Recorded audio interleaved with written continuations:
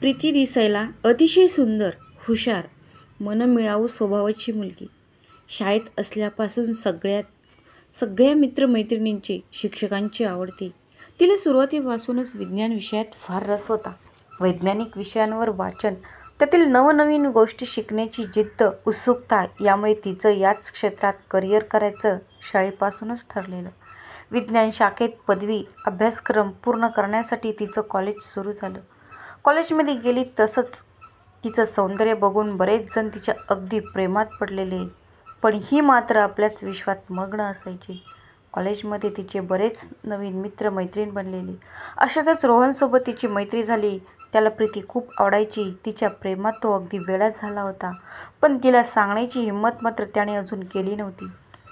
लवकरच प्रीतीला आपल्या भावना सांगून टाकू असं त्याने ठरवलं. तिला प्रपोज करायचं एकदा मनात अगदी पक्क ठरवून रोहन कॉलेजमध्ये आला. पण त्या दिवशी प्रीती कॉलेजलाच आलेली नव्हती. तिला फोन केला तर तो बंद होता. ती आज कॉलेजमध्ये का आली नाही हे कुणालाच माहीत नव्हते.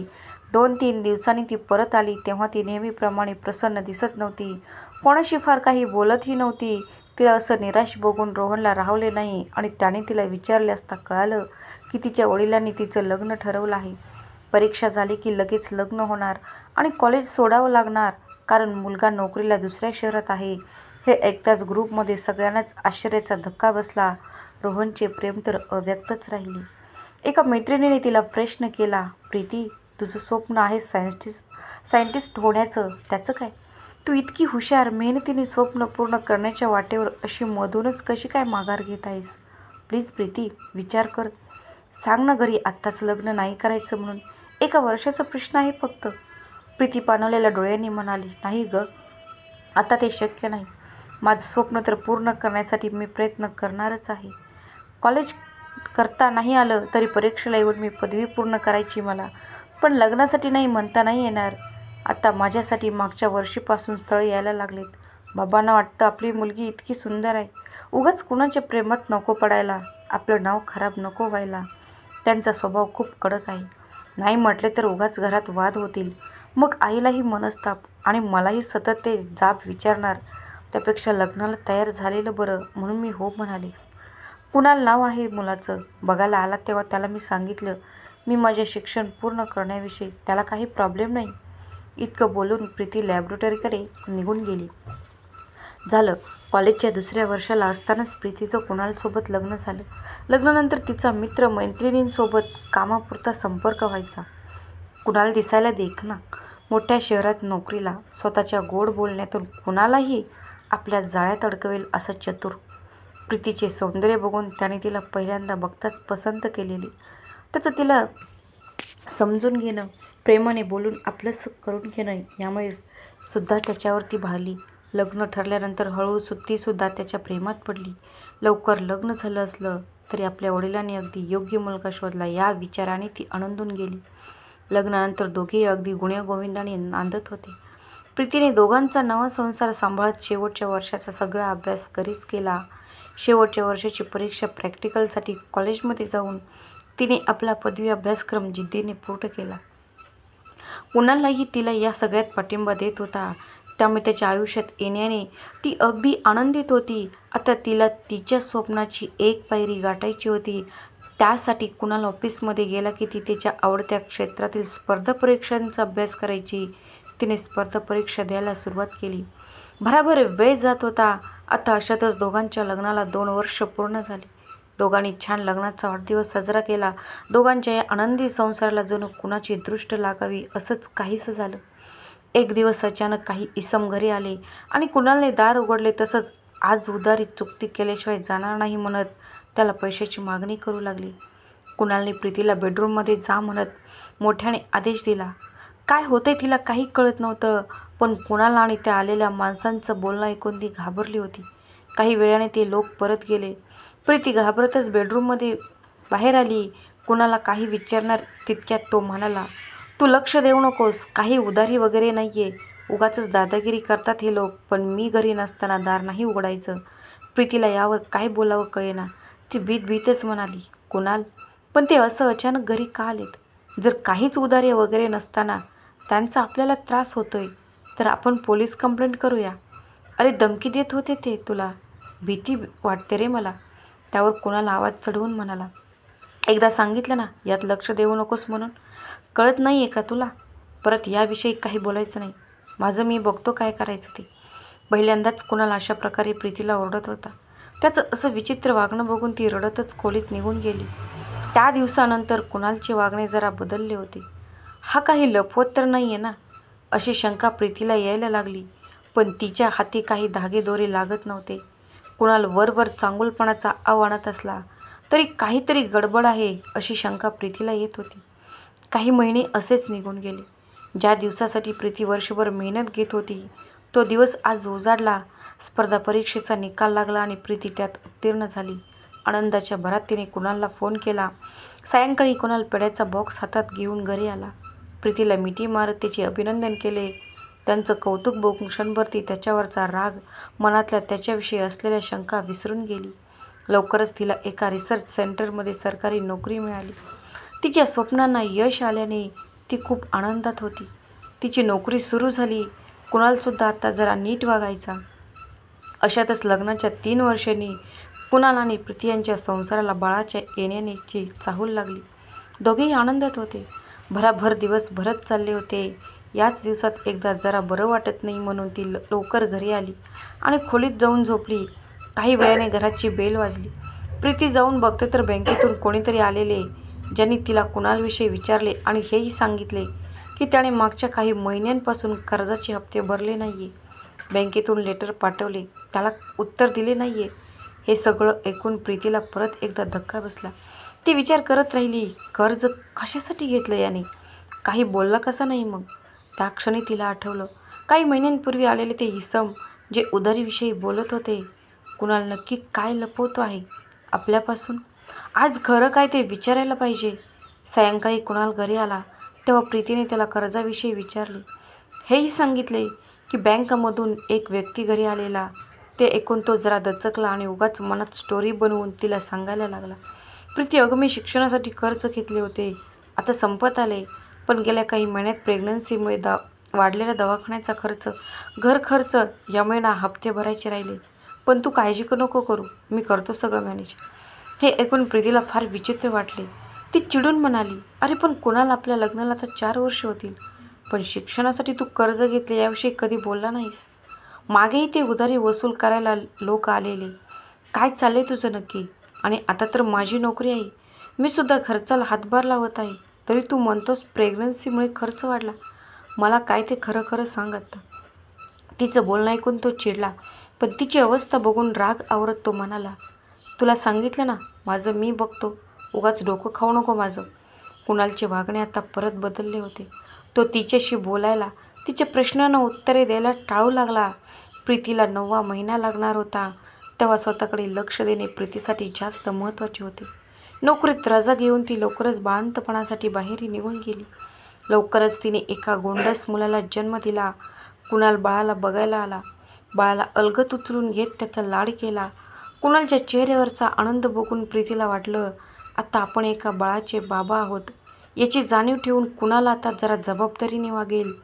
कुणालविषयी एक खोटी आशा मनात ठेवून प्रीती आता बाळाच्या संगोपनात गुंतली.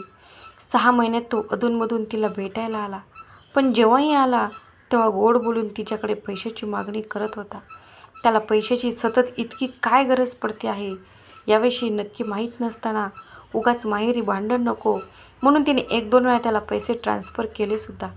पण तो कितीही वेळा विचारून काहीही सांगत नाही म्हटल्यावर तिने नंतर त्याला पैसे द्यायचे टाळले. आता तिला त्याच्याविषयी बऱ्याच शंका कुशंका मनात यायला लागल्या. प्रीतीला कधी वाटायचं याचं कुणाशी अफेअर तर नसेल, तर कधी वाटायचं हा खरंच काही अडचणीत असेल. पण नक्की काही कळत नव्हते. अशातच 6 महिन्यांची सुट्टी संपली आणि ती कुणालकडे परत आली. आईच्या मदतीने बाळाला सांभाळून ती रजेनंतर परत नोकरीत रुजू झाली. सुरुवातीला काही दिवस आई, काही दिवस सासूबाई बाळाला सांभाळायला प्रीती आणि कुणाल जवळ राहिल्या. त्या काळात कुणाल जरा नीट वागायचा, पण त्याचं वागणं पूर्वीसारखं राहिलं नव्हतं. बघता बघता बाळ 1 वर्षाचं झालं. आता ऑफिस जवळच्या डे केअरमध्ये बाळाला ठेवून ती नोकरी करत होती. बऱ्याच दिवसांनी आज इवलासा पार्थ, कुणाला आणि प्रीती तिघेच घरी होते. दोघांमधील संवाद खूप कमी झालेला होता. नोकरी आणि बाळ सांभाळत प्रीती खूप दमून जायची, पण कुणाल मात्र तिला जराही मदत करत नव्हता. काही म्हटलं की नुसती भांडणे, चिडणे इतकेच काय ते सुरू होते. आता बाळाच्या येण्याने घरखर्च वाढलेला होता, पण कुणाल मात्र या सगळ्यात 1 रुपयाचाही तिला हातभार लावत नव्हता. त्याला खर्चाविषयी, पैशाविषयी काही म्हटलं की म्हणायचं, मी शिक्षणासाठी, लग्नासाठी कर्ज घेतले, त्याचे हप्ते आहेत. आई-बाबांना आजारपणात मदत करावी लागते, त्यात माझा पगार संपतो. आता त्याची कारणे, त्याच्या खोट्या खोट्या स्टोरी ऐकून प्रीतीला वैताग आला होता. सतत मनस्ताप होत होता. अशातच एक दिवस कुणाल दारूच्या नशेत घरी आला. मोठ्याने बडबड करत सोफ्यावर आडवा झाला. प्रीतीने पहिल्यांदाच त्याला अशा अवस्थेत बघितलं होतं. कधीतरी ड्रिंक्स करणारा कुणाल आज इतकं पिऊन आला की स्वतःला तो सांभाळू शकत नाहीये. हे बघून ती म्हणाली, कुणाल, असं मोठ्याने बोलू नकोस. पार्थ झोपला आहे, उठेल तो. तिच्या त्या एका वाक्याने तो भयंकर चिडला. तिला नको ते बोलला. त्याचं आत्ता असं वागणं रोजचंच झालं होतं. आता तर दारूच्या नशेत तिच्यावर हात उचलायला सुद्धा तो मागे पुढे बघत नव्हता. कुणालच्या अशा वागण्याचे कारण शोधण्याचा प्रीतीने खूप प्रयत्न केला, पण तो काही हाती लागलाच नाही. दिवसेंदिवस कुणालचे दारू पिण्याचे प्रमाण वाढतच गेले. दारू पिऊन घरी यायचं, मग भांडण, मारझोड असले प्रकार सुरू झाले. असाच नशेत बडबड करत असताना तिला कळले की कुणाल जुगार, सट्टा, हुक्का अशा बऱ्याच व्यसनांच्या आहारी गेलाय. नशा उतरली की जरा नीट वागायचा, पण दारूच्या नशेत मात्र तो अगदी सैतान रूप धारण करायचा. प्रीतीच्या चारित्र्यावर सुद्धा शिंतोडे उडवायचा. उगाच तिच्यावर संशय घेत नको ते बोलायचा. प्रीती त्याला समजून सांगण्याचा प्रयत्न करत होती, पण तो नेहमी चिडून इतकंच म्हणायचा, मी काय करायचं, काय नाही करायचं हे मला तू सांगू नकोस. या सगळ्यात पार्थकडे सुद्धा त्याचे लक्ष नव्हते. नोकरी करत पार्थचा सांभाळ, त्यात कुणालच्या वागण्याचा मनस्ताप, शिवाय घरात 1 पैशाची सुद्धा आर्थिक मदत कुणाल करत नव्हता. घरभाडे सुद्धा तो भरत नव्हता. त्यामुळे प्रीती वैतागून गेलेली होती. प्रीतीने तिच्या परीने कुणाला समजावण्याचा, नाते सांभाळण्याचा खूप प्रयत्न केला, पण कुणाल मात्र समजून घेण्यासाठी तयारच नव्हता. आता तिची सहनशीलता संपली आणि तिने वेगळं होण्याचा निर्णय घेतला. घटस्फोटाची प्रक्रिया सुरू झाली आणि या दरम्यान दोघांचे समुपदेशन करून त्यांना 6 महिने एकत्र राहण्याचे सांगून नातं टिकवण्यासाठी कोर्टाने दोघांना एक संधी दिली. प्रीतीने घटस्फोट घेण्याचा निर्णय ऐकून या 6 महिन्यात कुणाल अचानक परत चांगला राहायला लागला. पार्थकडे नीट लक्ष देऊ लागला. त्याच्यातला हा चांगुलपणा खरा आहे की खोटा हे प्रीतीला कळत नव्हते, पण पार्थसाठी आपल्या नात्याला एक संधी द्यायला काय हरकत आहे, असा विचार करून तिने या संसाराची नवी सुरुवात केली. कुणालचे व्यसन जरा कमी होत आहे हे बघून प्रीतीला आनंद झाला. दोघांचे नातं नव्याने फुलवून पार्थचे भविष्य उज्ज्वल व्हावे यासाठी परत तो प्रयत्नशील झाली. एक दिवस कुणाल प्रीतीला म्हणाला, माझ्यावर ना आधीचं कर्ज आहे, त्यामुळे मला परत कर्ज मिळणार नाही. आपण असं भाड्याचं घरात किती दिवस राहायचं, खूप घरभाडं जात आहे. त्यापेक्षा एक काम करूया, तू तुझ्या पगारावर कर्ज घे, आपण आपलं घर घेऊया, घर खर्च मी सांभाळतो. कुणालमध्ये जरा चांगला बदल होत आहे, तो नीट वागतोय हे बघून प्रीतीने त्याच्यावर विश्वास ठेवला. घरासाठी कर्ज घेतले. नवीन घरात त्यांनी आपला संसार नव्याने सुरू केला, पण हे सुख मात्र प्रीतीच्या आयुष्यात फार काळ टिकले नाही. घटस्फोटाची केस गेल्यावरचे 2 वर्ष कुणाल नीट राहिला, पण आता मात्र प्रीती आपल्या जाळ्यात अडकली याची खात्री होताच त्याच्यातला सैतान परत जागा झाला. आता मुलाला शाळेत घालायची वेळ आली होती, पण कुणाल म्हणायला लागला, फी भरायला माझ्याकडे पैसे नाही. तेव्हा एखाद्या साध्या शाळेत घालू पार्थला. प्रीतीला परत एकदा कुणालमध्ये विचित्र बदल जाणवला. या सगळ्यात पार्थाचे भविष्य खराब व्हायला नको म्हणून तिने स्वतः शाळा शोधून पार्थला शाळेत घातले. हळूहळू कुणालचे वागणे पूर्वीसारखे झाले. कर्ज नक्की कशाचं करून ठेवलं हे तिला काही अजूनही कळत नव्हतं, पण त्याच्या हातात पैसा काही टिकत नव्हता. आता तर घर खर्चाचा हप्ता, मुलाच्या शाळेची फी, घर खर्च, सगळा आर्थिक व्यवहार प्रीतीच्या पगारातून सुरू होता. सगळं मॅनेज करताना तिची फार तारांबळ उडत होती, पण कुणाल मात्र ही परिस्थिती जराही समजून घेत नव्हता. उलट तिलाच पैसे मागायचा आणि दिले नाही की मारझोड करायचा. परत त्याचे व्यसन सुरू झाले. दारू, सट्टा, जुगार आणि आता तर ड्रग्जसुद्धा. ड्रग्जच्या नशेत तो ऑफिसला जायला सुद्धा टाळाटाळ करायचा. दिवसरात्र झोपून राहायचा. त्याला जरा काही म्हटलं की लगेच हात उचलायला. पार्थ बाबा बाबा म्हणत जवळ गेला तरी त्याला जराही पाझर फुटेना. त्याच्यावर हात उचलायला सुद्धा कुणाल मागे पुढे पाहत नव्हता. आता तर परिस्थिती पूर्वीपेक्षा अजूनच वाईट झाली होती. दिवसभर प्रीती नोकरी करायची. पार्थ शाळेनंतर डे केअरला असायचा आणि कुणाल दारू ड्रग्ज याच्या नशेत सुट्टीच्या दिवशी नुसतेच भांडणे, चिडचिड, अबोला. घरच्यांना सांगूनही काही फरक पडला नाही. उलट कुणाल प्रीतीला अजून जास्त त्रास द्यायला लागला. सगळ्यांनी त्याची समजूत काढली, पण सगळे प्रयत्न व्यर्थ. पार्थसाठी अशाच परिस्थितीत प्रीतीने काही वर्ष कुणालसोबत जुळवून घेण्याचा प्रयत्न केला, पण शेवटी ती थकली. तिची सहनशक्ती आता परत एकदा संपली. आता प्रीतीने निर्णय घेतला कायमचे वेगळे होण्याचा. लग्नाला आता 12 वर्ष होणार होते. पार्थ मोठा झाला होता. त्याला सगळं कळत होतं. वडील असे वागत असेल, व्यसनांच्या आहारी जाऊन सतत नशेत राहत असेल, तर मुलाने तरी त्याच्याकडून काय आदर्श घ्यायचा, असा विचार करून प्रीतीने परत एकदा घटस्फोटाची मागणी केली. लवकरच प्रक्रिया सुरू झाली. आता कुणालने चांगुलपणाचा आव म्हणून माफी मागितली, तरी त्याला संधी देण्याची इच्छा प्रीतीला नव्हती. 12 वर्षात तडजोड करत, पार्थचा विचार करत तिने बरंच काही सहन केलं, पण आता मात्र यातून बाहेर पडणे योग्य असं तिचं ठरलं. प्रीती आणि कुणालचा 12 वर्षाचा संसार आज शेवटी संपला. कायद्यानुसार आज दोघेही घटस्फोट घेऊन वेगळे झाले. प्रीती तिच्या मुलासोबत ऑफिसच्या क्वार्टरवर शिफ्ट झाली. ज्या घरासाठी कर्ज घेतले त्या घराला घरपण कधी आलंच नाही. त्यात आनंदाने कधी वावरता आलं नाही. तिने घर विकून कर्ज संपवले आणि ऑफिसच्या क्वार्टरमध्ये आपल्या मुलासोबत राहू लागली. आता पार्थ तिच्यासाठी सगळं काही होता. नोकरी होती म्हणून इतकी हिंमत करता आली. एकटीने पार्थची जबाबदारी उचलायला ती तत्पर झाली. कुणी प्रीतीची परिस्थिती समजून घेतली, तर कधी कुणी तिला दोष देत परिस्थितीसाठी जबाबदार ठरवत अनेक आरोप केले. पण ती जो मनस्ताप 12 वर्ष सहन करत होती, वडील घरात असूनही वडिलांचे प्रेम न मिळालेल्या पार्थला आई बाबा दोघांचेही प्रेम देत हा संसाराचा गाडा एकटी ओढत होती. या सगळ्यात तिला किती त्रास झाला हेच तिला माहीत होते. व्यसन कधी व्यसनी मित्रांच्या सहवासात राहून लागते, तर कधी इतर कुठल्या कारणाने, पण यामुळे अख्खं आयुष्य उद्ध्वस्त होते. कधी या सगळ्याची चुकून जाणीव झालीच तर पश्चाताप करण्याशिवाय मग हाती काहीच उरत नाही.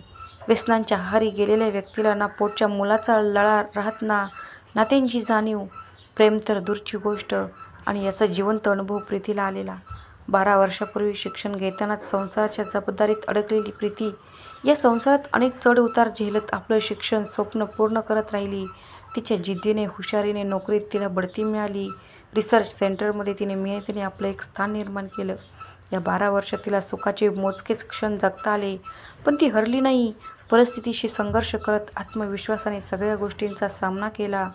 पार्थच्या नावापुढे तिने आता अभिमानाने स्वतःचे नाव लावले आणि त्याला सांगितले, पार्थ, आता मीच तुझी आई आणि मीच तुझा बाबा. अशी ही प्रीतीची संघर्षमय जीवनाची कथा. तिच्या मोडलेल्या संसाराची व्यथा, ज्याला कारणीभूत आहे व्यसन. प्रीतीच्या या संघर्षाला सलाम. अशा परिस्थितीत 12 वर्ष काढणे काही सोपे नाही.